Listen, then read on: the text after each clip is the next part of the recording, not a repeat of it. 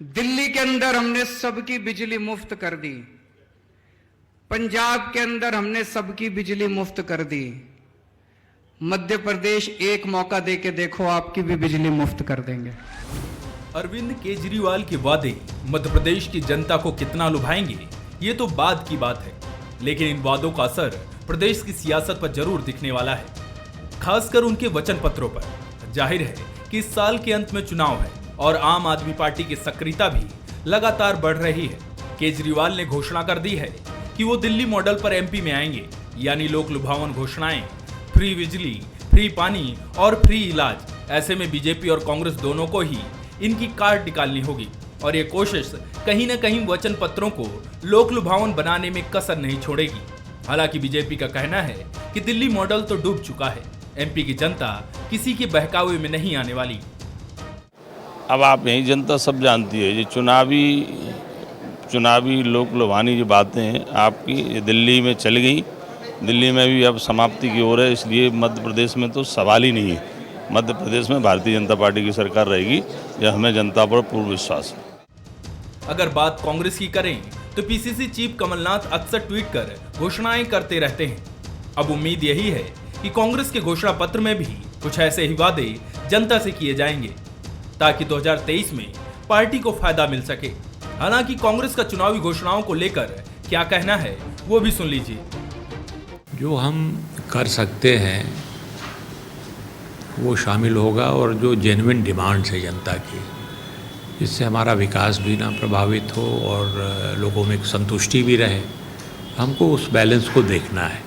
हम किसी की नकल नहीं करेंगे, कोई कुछ भी करता रहे, भाजपा कुछ करे, आप कुछ करें। बहुत बड़ी सफलता आपको मिले यहाँ पर मध्य प्रदेश में, मैं ऐसी तस्वीर नहीं देखता भविष्य की। जाहिर सी बात है कि राजनीतिक दल वचन पत्रों के जरिए जनता के बीच अपने विजन को लेकर जाती है। आपने दिल्ली मॉडल के जरिए अपना विजन जनता को बताने की कोशिश भी की है। हालांकि अभी कांग्रेस और बीजेपी ने अपने पत्ते नहीं खोले हैं।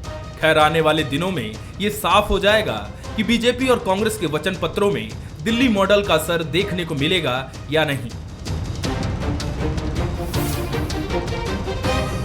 बंसल न्यूज के सवाल नंबर 1, क्या दिल्ली मॉडल का एमपी में असर दिखेगा? सवाल नंबर 2, क्या वचन पत्रों में राजनीतिक दलों की बदली रणनीति दिखेगी? सवाल नंबर 3, क्या लोक लुभावन वादे कर मनोवैज्ञानिक बढ़त लेने की कोशिश हो रही है? नमस्कार, मैं हूं मनोज सैनी और आज का हमारा मुद्दा है एमपी की सियासत, दिल्ली का मॉडल। मध्य प्रदेश में आपकी एंट्री के बाद से ही दिल्ली मॉडल की चर्चा हो रही है। अरविंद केजरीवाल ने भी खूब लोक लुभावन वादे एमपी की जनता से कर दिए। तो क्या आने वाले दिनों में भारतीय जनता पार्टी और कांग्रेस के वचन पत्रों में भी जनता को लुभाने के बड़े बड़े ऐलान हो सकते हैं?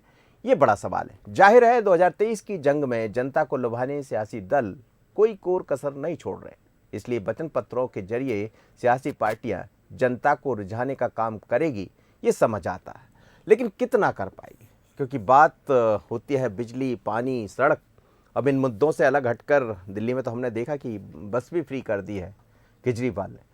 तो क्या यहाँ भी ये सब होगा? और यदि होगा तो निश्चित रूप से एक अलग तरह की चुनौती दोनों दलों के सामने दिखाई देगी। मेरे साथ 4 मेहमान जुड़ रहे हैं।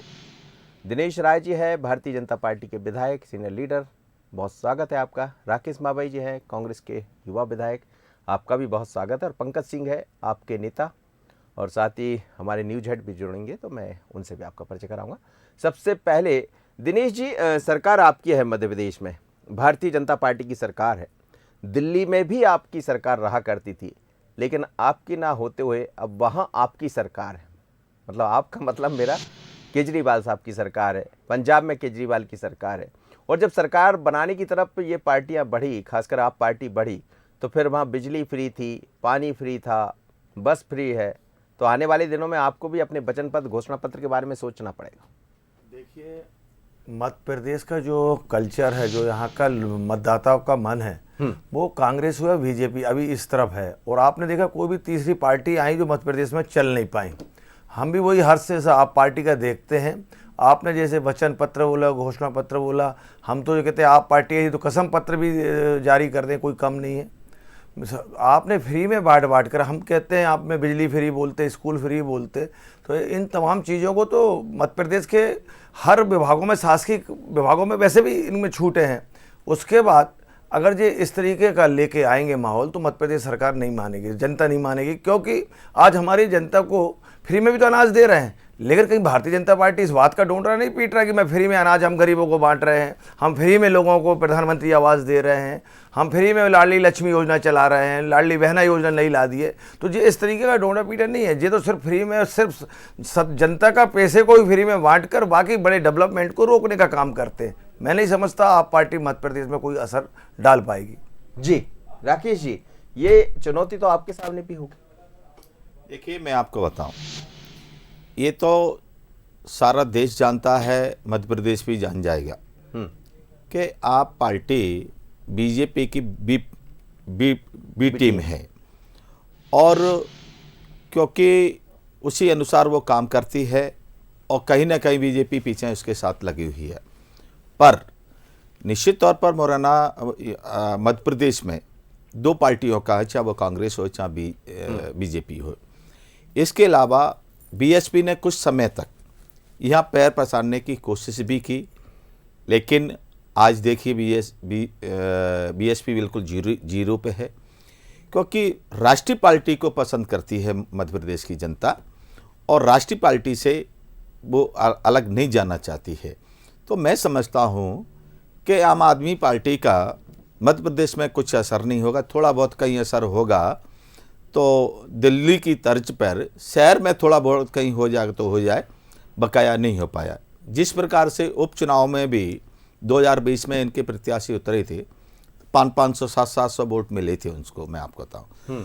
तो मैं समझता हूं कि मुरैना मध्य प्रदेश की जनता बहुत समझदार है और राष्ट्रीय पार्टी के साथ जुड़ती है, और उन्होंने भारतीय जनता पार्टी को ये जब तक कह सकते थे तब तक कोई पार्टी नहीं थी। हालांकि सपा बसपा देखिए, तो ऐसी सब पार्टियां आती रही, लेकिन वो पूरे 230 सीटों पर लड़ने की बात नहीं करती थी। नहीं, बसपा 230 सीटों पर चुनाव लड़ती थी और बसपा का एक वोट बैंक था, है ना। उसके बाद भी बसपा यहाँ सफल नहीं हुई थी।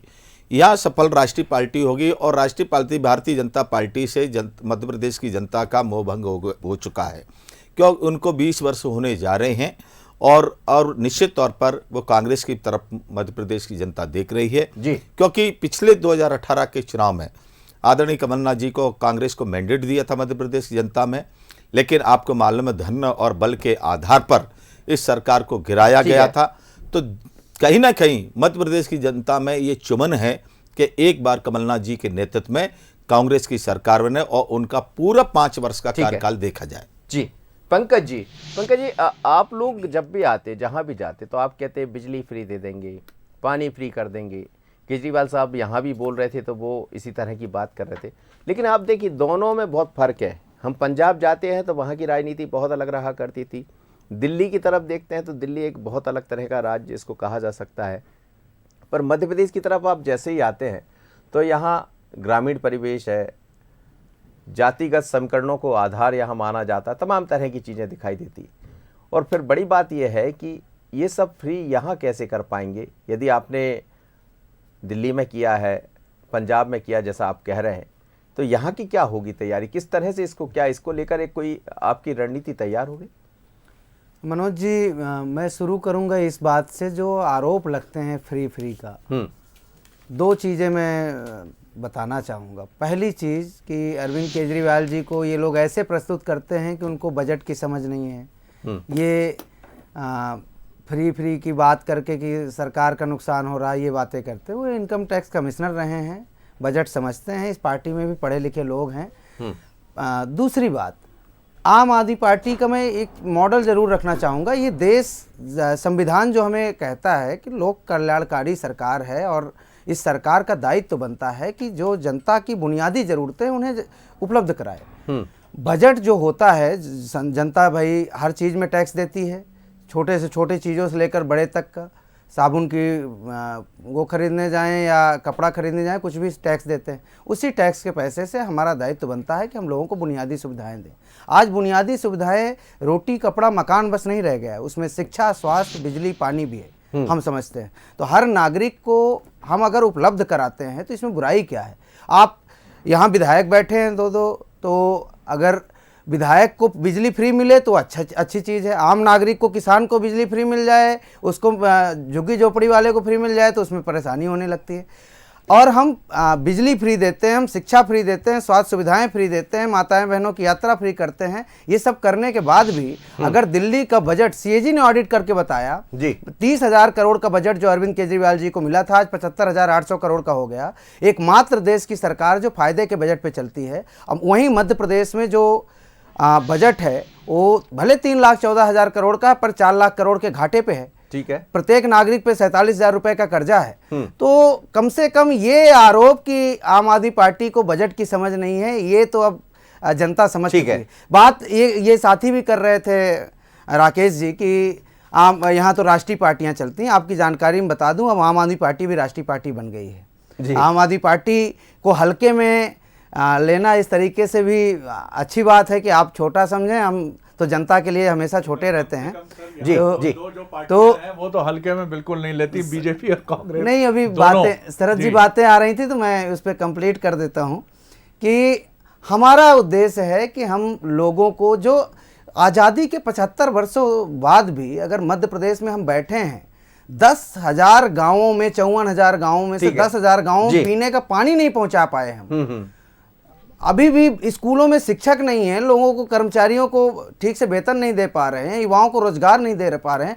आधिकारिक रूप से 39 लाख युवा मध्य प्रदेश में रजिस्टर्ड बेरोजगार है, जो और बड़ी संख्या है। ये भी तो हम सरकार कैसी चला रहे हैं? तो मध्य प्रदेश की जनता विकल्प चाहती है। और जो ये बी टीम की बात कर रहे हैं, बार बार कल भी आया था, बी टीम पर हमने चर्चा की। तो बी टीम ये दोनों आपस में है, भाजपा कांग्रेस को खरीदती है, कांग्रेस भाजपा से बिक जाती है। कल केजरीवाल भी ऐसे ये तो जनता देख रही, जनता उन्होंने भी यही कहा था, मन से यही कहा था। लेकिन शरद जी, हम इस मसले पर और भी बात की है, लेकिन ये अलग इसलिए हो जाता है कि जब वचन पत्र, घोषणा पत्र अलग अलग पार्टियों के अपने होते हैं, पर आप एक ऐसी पार्टी है जो शुरुआत से ही इसकी तरफ चली भी है, चाहे पानी फ्री दे दें, बिजली फ्री दे दें। दिल्ली में तो हमने देखा कि बस भी फ्री, यदि महिला निकल गई तो उनके लिए बस फ्री मिल जाती, कहीं से कहीं तक जाना। जाहिर सी बात है कि हर कोई व्यक्ति जो भी मतदाता होगा, उपभोक्ता होगा, वो चाहेगा कि मैं जिस टैक्स को देता हूँ, जिन चीज़ों को देता हूँ, उसका लाभ मैं ज़्यादा से ज़्यादा लूँ। लेकिन मध्य प्रदेश की सियासत, मध्य प्रदेश की राजनीति बहुत अलग है, पंजाब और दिल्ली थोड़ा सा अलग है। क्या जिस तरह से लेकर आने वाले, जैसा अरविंद केजरीवाल ने कहा, तो कांग्रेस और बीजेपी को भी अपनी चीजें बदलना पड़ेंगी, वचन पत्र बदलना पड़ेगा, घोषणा पत्र। अगर हिस्ट्री देखें मनोज, तो मध्य प्रदेश 2 दलों की राजनीति का गढ़ है। उत्तर प्रदेश में गुंजाइश थी, इसीलिए समाजवादी पार्टी और बीएसपी ने अपनी जड़ें मजबूत की। गुजरात भी बाइपोलर पॉलिटिक्स है, राजस्थान भी बाइपोलर पॉलिटिक्स है, छत्तीसगढ़ भी बाइपोलर पॉलिटिक्स है। आप अगर देखेंगे मध्य प्रदेश छत्तीसगढ़ का, जब एक थे दोनों राज्य, तब का इतिहास देखेंगे तो जनता दल ने, मुझे याद आता है 90s में जब 320 सदस्यीय विधानसभा थी, जनता दल ने 1990 के आसपास का मुझे जो ध्यान है, उस चुनाव में बहुत बेहतरीन प्रदर्शन किया था और 2 दर्जन से ज़्यादा सीटें हासिल की थी। एक समय गोंडवाना गणतंत्र पार्टी का बड़ा महाकौशल की ट्राइबल सीट्स पे बड़ा दबदबा होता था।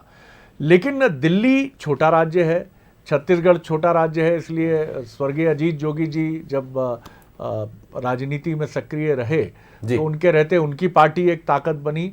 लेकिन हमने देखा कि चुनाव में जनता ने ये बताया कि नहीं साहब, अगर हमें पार्टियां पसंद हैं तो कांग्रेस बीजेपी में से ही हम चुनेंगे। तो आम आदमी पार्टी के लिए राह आसान है, ये बिल्कुल मैं अभी मानने के लिए तैयार नहीं हूँ। चुनौती कठिन है उसके लिए, लेकिन मतदाता अगर ये मानता है कि उसे विकल्प की तलाश है, तभी किसी तीसरे राजनीतिक दल की एंट्री होती है। तो मध्य प्रदेश में ये चरित्र हमने अभी तक तो नहीं देखा है। आगे की स्थिति मतदाता के मानस पर ही निर्भर करती है। लेकिन फिर भी मैं कहूँगा कि दिल्ली की तरह या पंजाब की तरह मध्य प्रदेश में आम आदमी पार्टी की राह आसान नहीं है। हो सकता है वो 11% तक वोट प्रतिशत बहुजन समाज पार्टी का मध्य प्रदेश में रहा है, लेकिन वो कभी भी उसकी सीटों की संख्या 5, 7 या 9 से आगे बढ़ने में उसके बहुत कठिनाई हुई। जी। लेकिन शरद जी, ये जो फ्री वाली बात होती है, फिर हम रेवड़ी ना कहते हुए इसको फ्री की बात कहेंगे, क्योंकि मन से बोला जाता है कि हम आपको निःशुल्क दे रहे हैं, आपको फ्री दे रहे हैं। ये असर छोड़ेगा या फिर दोनों पार्टियों को अपने वचन पत्र में कुछ चीजें अब नई लाना पड़ेंगी? देखिए, सबसे पहली चीज़ है कि मतदाता का अपनी पॉलिटिकल पार्टी से कनेक्ट कैसा है, ये महत्वपूर्ण बात है कि आप 1956 से लेकर अब तक मतदाता वर्तमान जो चुनाव चिन्ह हैं दोनों ही पार्टियों के, कमल और पंजे, और उसके पहले जो जनसंघ में मेरे ख्याल से दीपक होता था जी। और कांग्रेस का पहले गाय बछड़ा होता, और इस तरह की चीज़ें नहीं है। लेकिन वो जो एफिनिटी फील करता है मतदाता, वो दो ही दलों से करता है। तो चुनौती निश्चित तौर पर गहरी है, चुनौती आसान नहीं है। और मध्य प्रदेश में ये दोनों राजनीतिक दल जो कांग्रेस बीजेपी हैं, उनके लिए भी ये गहरा चैलेंज है, क्योंकि यहाँ ये भी देखना होगा कि दोनों पार्टियों के असंतुष्ट जो हैं वो किस तरह देखते हैं, आम आदमी पार्टी। बिल्कुल आप ठीक कह रहे हैं। और मुझे लगता है दोनों पार्टियों की धड़कनें भी बड़ी होंगी, वो कह भी रहे होंगे करवटें बदलते रहे सारी रात हम आपकी कसम। तो ठीक है दिनेश जी, बात यह है कि जैसे आप लोग जब फील्ड में जाते हैं तो अभी लाडली बहना योजना की शुरुआत हुई है, निश्चित रूप से बहनों को उसका लाभ मिलेगा। इससे पहले लाडली लक्ष्मी, ऐसी कई आपकी सरकार भी योजनाएं लेकर आई है जो सीधे तौर पर जनता को लाभ पहुंचाती है। लेकिन कुछ योजनाएं हैं, जैसे कांग्रेस ने 2018 में फ्री बिजली देने की बात की, 100 यूनिट तक फ्री बिजली दी, और आज भी उस बात की चर्चा हो जाती, आपके यहाँ भी दी जा रही। लेकिन जब बिजली पानी ये सब फ्री होते हैं, आप लोग भी फील्ड में जाते हैं, आप लोग भी लगातार जनता के सामने होते हैं, तो कुछ चीज़ें यदि आप लेकर ये आती है तो फिर आपको बताना तो पड़ेगा। देखिए, ज़्यादा फ्री, चाहे आप पार्टी का घोषणा पत्र हो, चाहे कांग्रेस का हो, चाहे हमारा हो, ये कहीं ना कहीं हम कहते हैं घातक है ये आप राजनीति के लिए। चाहे हमारी पार्टी भी इस तरीके से फ्री में कुछ करता है, तो जो हम जो डेवलपमेंट देखना चाहते हैं, विकास देखना चाहते हैं, वो कहीं ना कहीं उसमें रुकावट आता है और हमारा खजाना काफ़ी खाली होता है।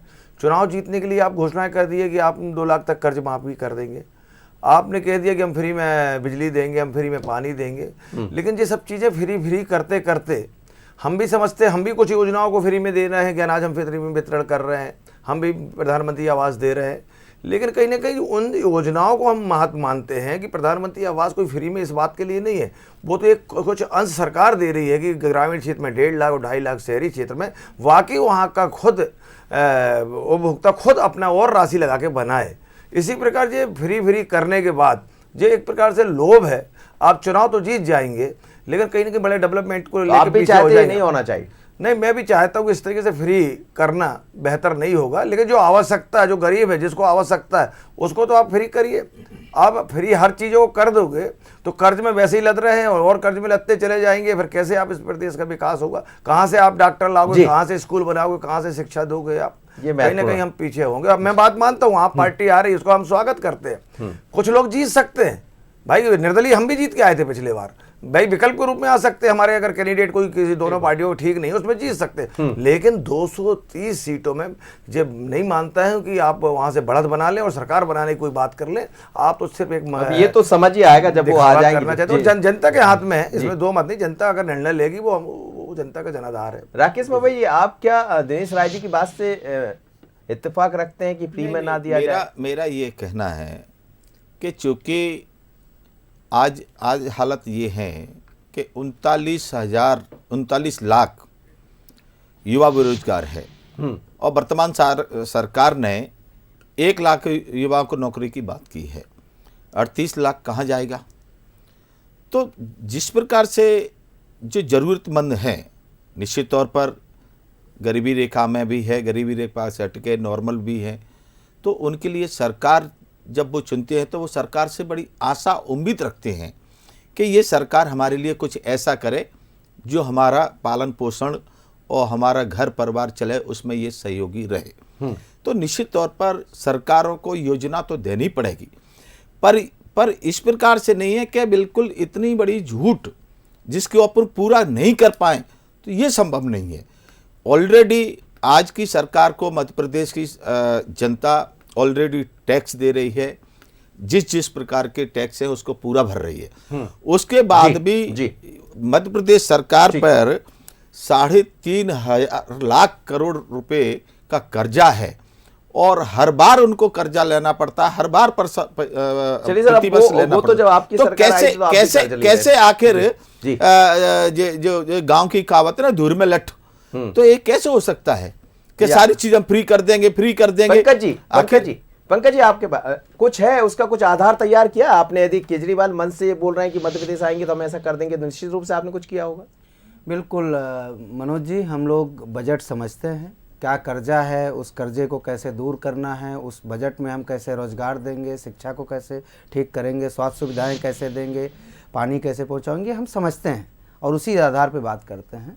मैं एक चीज़ ज़रूर कहूँगा कि बात नीयत की है। अगर नीयत साफ हो, ईमानदारी से काम किया जाए तो पैसे की कमी नहीं है। यही मध्य प्रदेश जहाँ हीरे से लेकर कोयला तक सब कुछ मिलता है, यही मध्य प्रदेश जहाँ युवा अच्छे हैं, जहाँ के लोग अच्छे हैं, यहाँ नदियाँ अच्छी हैं, गेहूं का उत्पादन हो, सोयाबीन का उत्पादन हो, चने का, सब चीज़ें होती हैं। इसके बावजूद ये प्रदेश पिछड़ा क्यों है? इस प्रदेश में हर चीज़ की कमी क्यों है? यहाँ हम सोयाबीन प्रोसेसिंग यूनिट डाल सकते हैं, यहाँ हम गन्ने की मिलें डाल सकते हैं, सीमेंट कारखाने यहाँ हैं, पर हम अपने लोकल युवाओं को रोजगार क्यों नहीं दे पा रहे? उनकी ट्रेनिंग संस्थान डालिए और उन्हें रोजगार दीजिए। तो ये खेल है। मैं राकेश जी की एक बात को जरूर कहना चाहूँगा, जब इन्होंने कहा कि 500-700 वोट की बात, तो थोड़ा जानकारी सही कर लें। आपके मुरैना में नगर निगम में हमारे एक पार्षद भी हैं, रमेश उपाध्याय, उनसे जरा मिल लीजिएगा, अच्छा काम कर रहे हैं। आम आदमी पार्टी आ चुकी है और ठीक से आएगी। ये मध्य प्रदेश की जनता साथ देगी और ठीक बढ़िया से यहाँ पे आम आदमी पार्टी काम करेगी। शरद जी, जो फ्री की बात होती है, इस पर कई बार बहस भी हुई, कई तरह की, बल्कि सुप्रीम कोर्ट तक भी ये मसला पहुंचा, तो सुप्रीम कोर्ट ने अपने तरह से उस पर टिप्पणी की। पर क्या ये लगातार चीज़ें, कोई भी राजनीतिक दल हो, चाहे भारतीय जनता पार्टी हो, कांग्रेस हो या फिर आप हो, ये जो बात बार बार सामने आ जाती है, निश्चित रूप से एक ऐसा वर्ग है जिसको कहीं ज़रूरत होती है सहयोग की, करना भी चाहिए, पर इस चुनाव में जिस तरह अब चल पड़ी है, चाहे बीजेपी भी आगे बढ़ेगी, कांग्रेस भी, और आपके आने से तो कुछ ज़्यादा ये दिखाई देगा, होगा कैसे? देखिए, ये चीज़ें तो ख़त्म नहीं हो सकती हैं राजनीति से, चाहे किसान कर्ज माफ़ी हो या फिर आम आदमी पार्टी की बिजली फ्री हो, या बीजेपी के पास भी जिस तरह की एम्बिशियस योजना है लाडली बहना।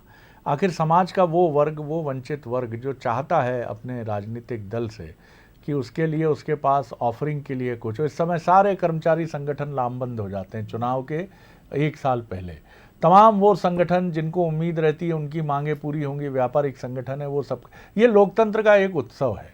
हाँ, ये सही है कि ये बात बिल्कुल तय होनी चाहिए कि आप ऐसे फैसले जब कर रहे हैं तो आप ये भी ध्यान में रखें कि आप सरकार में जब आते हैं तो आप उनसे मीट आउट कैसे कर पाएंगे।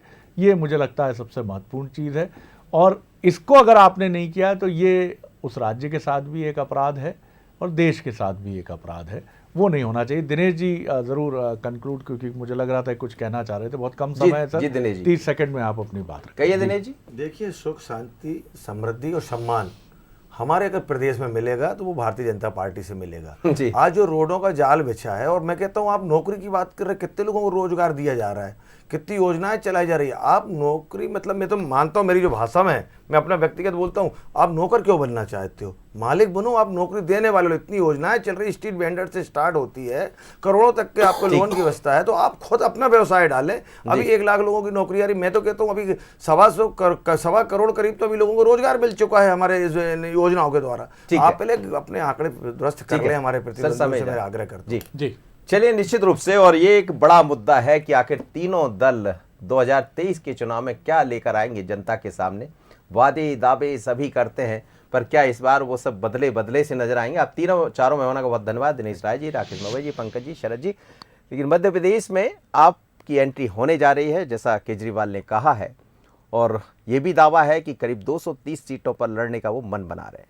अब जब केजरीवाल यानी तीसरी पार्टी के रूप में मध्य प्रदेश में आप दिखाई देगी, तो होगा क्या इस चुनाव में, नजर रहेगी। मुझे दीजिए इजाजत, आगे देखिए छत्तीसगढ़ आज का मुद्दा, चुनौती की सियासत। नमस्कार।